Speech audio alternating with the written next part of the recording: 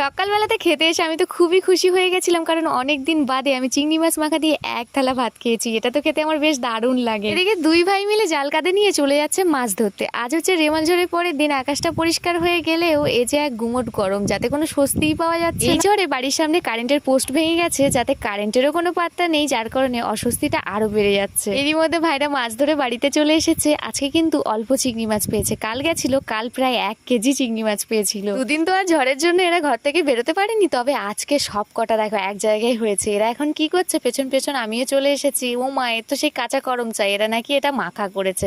আমাকে একটু টেস্ট করতে দিল, আমি কিন্তু খেয়ে দেখলাম বেশ মোটামুটি ভালোই হয়েছে। করমচা মাখা খুবই ভালো লাগে, তবে আরেকটু পাগলি তারপরে, এর যে এখনো কোষ্ঠে ভাবই কাটেনি। আর এদের তো এটা খুবই ভালো লেগেছে। ঝড়ের তাণ্ডবে টুকটাক গাছপালা ভেঙেইছে, তার মধ্যে এই এক জামের ডাল, এর মধ্যে কিছু আতপাকা জাম ছিল যেটা আমি খেলাম। এবার যে আমার ফোনের ব্যাটারি লো, তো ফোন চার্জার নিয়ে বেরিয়ে পড়েছি। চলো আসছি পরের ভিডিওতে, সবাই ভালো থেকো।